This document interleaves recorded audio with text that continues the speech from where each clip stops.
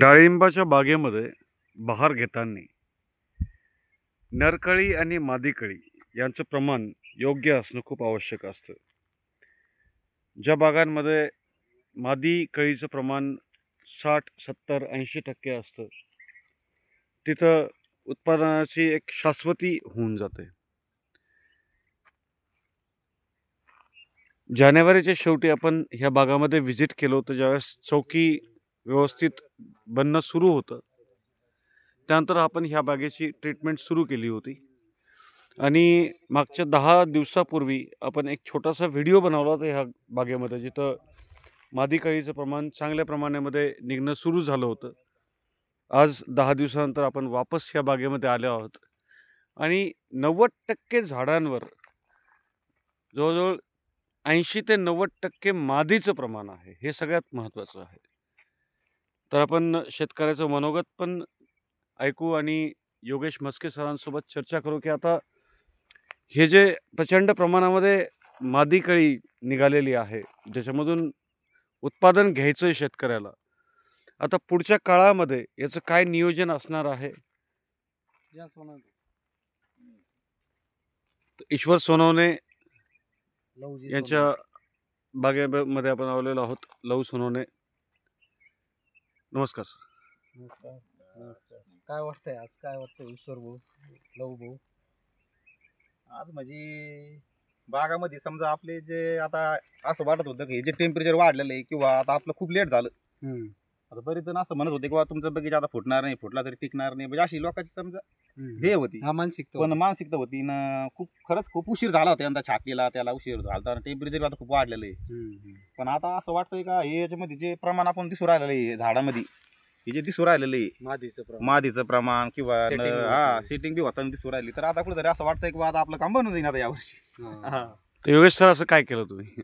काय general treatment जे झाडाला पाहिजे. आता या अवस्थेमध्ये ज्यावेळेस झाड चौकीमध्ये येतं त्यावेळेस झाड शेंड्याकडे न जाता फुटकडं कसं जाईल या ट्रीटमेंटवर आपण जास्त भर दिला. आणि मुबलक अन्न साठा कसा देता येईल, पाण्याचं व्यवस्थापन कसं होईल, जमिनीत टाकलेली खतं कशी उचलल्या जाईल, त्याचसोबत जो काही फूट निघते ती आघाडी लवकरात लवकर कशी बाहेर निघेल, त्याचसोबत रोगाचं नियंत्रण कसं होईल. कारण कवळ्या पानावर, कवळ्या आघाडीमध्ये, कवळ्या चौकीमध्ये रसशोषक किडीचा अटॅक भरपूर असतो. आणि सुरुवातीच्या व्हिडिओमध्ये आपण बघा, ही झाडं आपण सुरुवातीच्या व्हिडिओमध्ये बघितलेली पिवळसर पानं होती. रसशोषक किडीना पूर्ण अटॅक केलेला होता बागेत. आज बागाचं पान मॅच्युअर्ड झालंय, चौकी मॅच्युअर्ड झाली.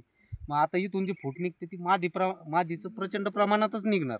कारण झाडामध्ये जे अन्नद्रव्याचा साठा पाहिजे मादी कळी काढण्यासाठी जो रेशो असतो तो रेशो मेंटेन झालेला आहे. त्याच्यामुळं कळी निघायला काही अडचण नाही. आणि आघाडी शोधूनही भेटत नाही. आघाडी तर मधल्या काळात त्यांनी उपसून घेतली, काढून घेतली. ती जी फूट निघली होती ती थोडी फार जी निघली होती काढून घेतली, परंतु आता नाही निघणार. आता फूटच निघणार आहे.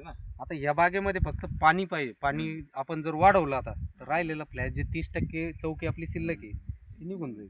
आता आपण याच्यामध्ये मोकळं पाणी दिलं होतं, आता थोडंसं पाण्याच्या नियोजनामध्ये आपण काय बदलाव करणार आहे त्याच्यामध्ये? ड्रीपवरती तर पाणी वाढवतो आपण. ड्रीपवरती यांनी ही पण एक व्यवस्था चांगली केली, पाचट वगैरे टाकून गारवा धरल्या. परंतु आपल्याला हा जो फ्लड आहे जवळचा जो दांड पाडलेला आहे त्याला थोडंसं मोकळं करून मोकळं पाणी देता येईल.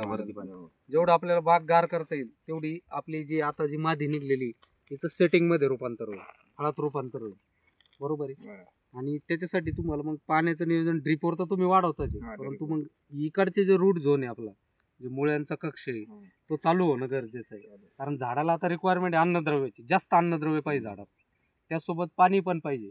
मग ते आपल्याला आता ही पद्धत वापरून किंवा ह्या पद्धतीत वाढवून आपल्याला ते झाडापर्यंत द्यायचं आहे. हे पाण्याचं नियोजन तुम्ही वाढवा, राहिलेलं फ्लॅश निघून जातो सगळं. त्याच्यामध्ये पण मादीचं प्रमाणच जास्त राहणार आहे. कारण आता इथून पुढं जे आता डाळिंबात जी कळी निघते ती 15 जानेवारी ते 10 मार्चपर्यंत ह्याच टेम्परेचरमध्ये निघत असते. अगोदर जी बागं फोडली त्याच्यामध्ये नर निघायचे कारणच हे होते की टेम्परेचर मेंटेन झालेलं नव्हतं, त्याचसोबत योग्य अन्नद्रव्य साठा नसेल, त्याचसोबत काही आपल्या वर्षभरातल्या चुका असू शकतात, अनेक कारणं आहे.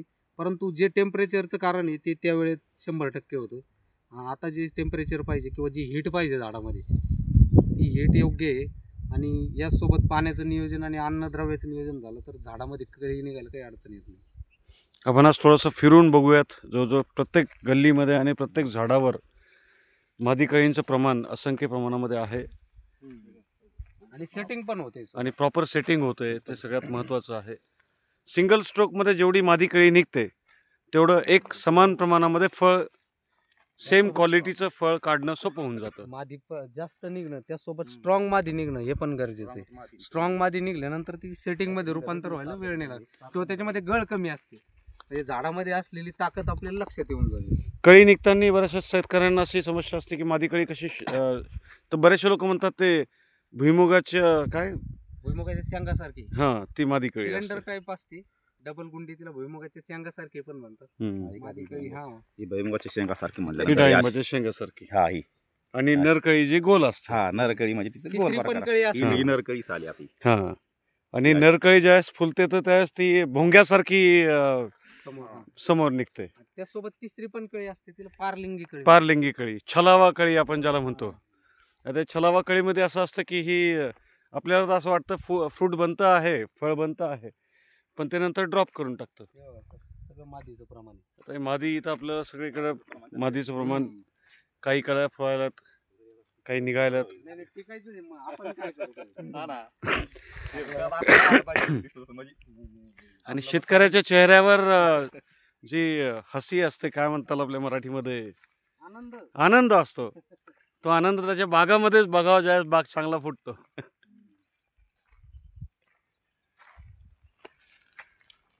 तर धन्यवाद काय वाटतं ईश्वरराव. ईश्वर भाऊ? तुम्हाला काय वाटतं ईश्वर भाऊ?